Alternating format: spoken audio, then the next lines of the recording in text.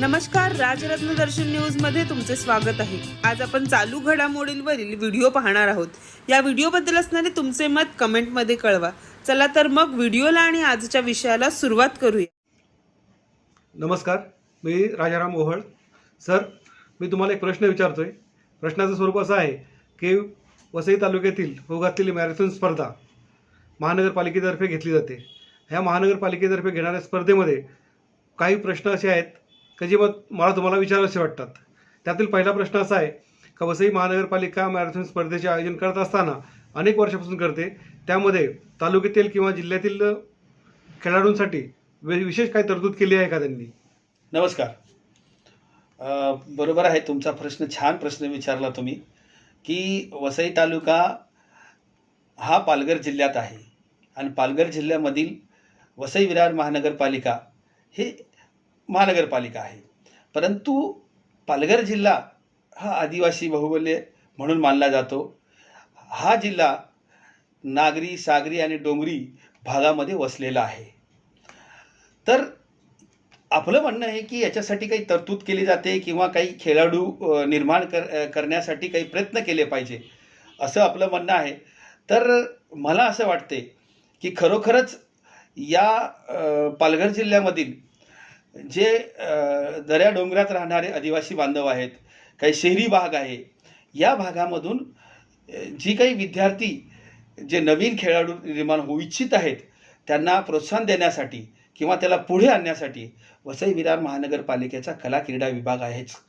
त्या कला क्रीडा विभागाच्या माध्यमातून असे जे इच्छुक उमेदवार आहेत त्यांचे नाव हे करून नोंदवून त्यांना प्रशिक्षण किंवा त्यांना हे देण्यासाठी प्रोत्साहन देण्यासाठी महानगरपालिकेने जरूरच ह्याच्यावरती काम केलं पाहिजे।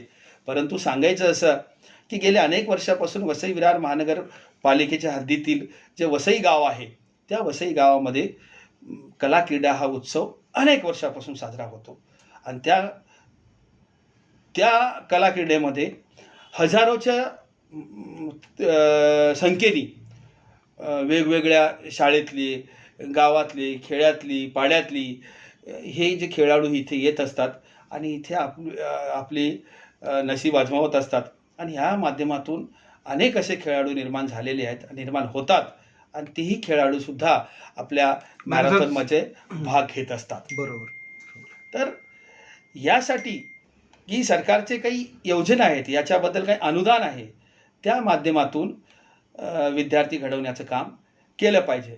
खरं पाहायला गेलं तर सध्या जे विद्यार्थी आहेत, मुलं आहेत, ते मैदानी खेळापासून फार दूर गेलेले आहेत। म्हणजे तुम्हाला थोडक्यात असं म्हणायचं आहे का मुलांनी मैदानी खेळ सोडून मोबाईलकडे वळलेले आहेत? हो, मोबाईलकडे वळलेले आहेत।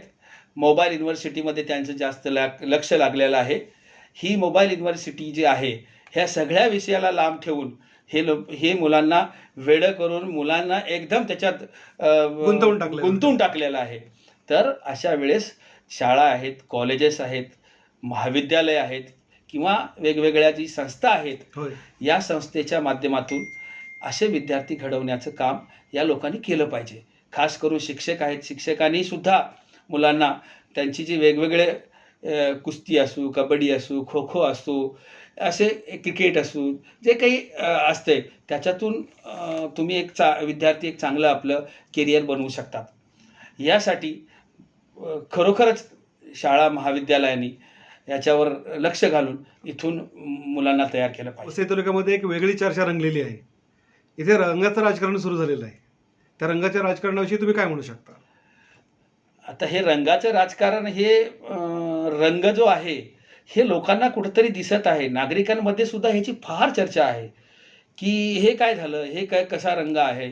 बरोबर आहे, आता इथे जर पाहायला गेलं तर तुम्ही ज्या रोडनी मॅरेथॉन रन करणार आहे, जो 42 किलोमीटरचा भाग आहे, 21 किलोमीटरचा भाग आहे, या भागामधील झाडे झुडपे असू, या भिंती असू, या डिवायडर असू, यांना वेगवेगळ्या प्रकारचे अनेक म्हणजे कुठे भगवा कलर लागलेला आहे, कुठे पांढरा आहे, कुठे हिरवा आहे, अशा प्रकारचे कलर लागलेले आहेत आणि हे कलर प्रत्येक राजकारणी अशा कार्यक्रमाला किंवा अशा वेळेस आपले राजकारण करण्याचा हे प्रयत्न करतच असतात। कारण ही जी मॅरेथॉन आहे ही प्रशासकीय शासकीय मॅरेथॉन आहे।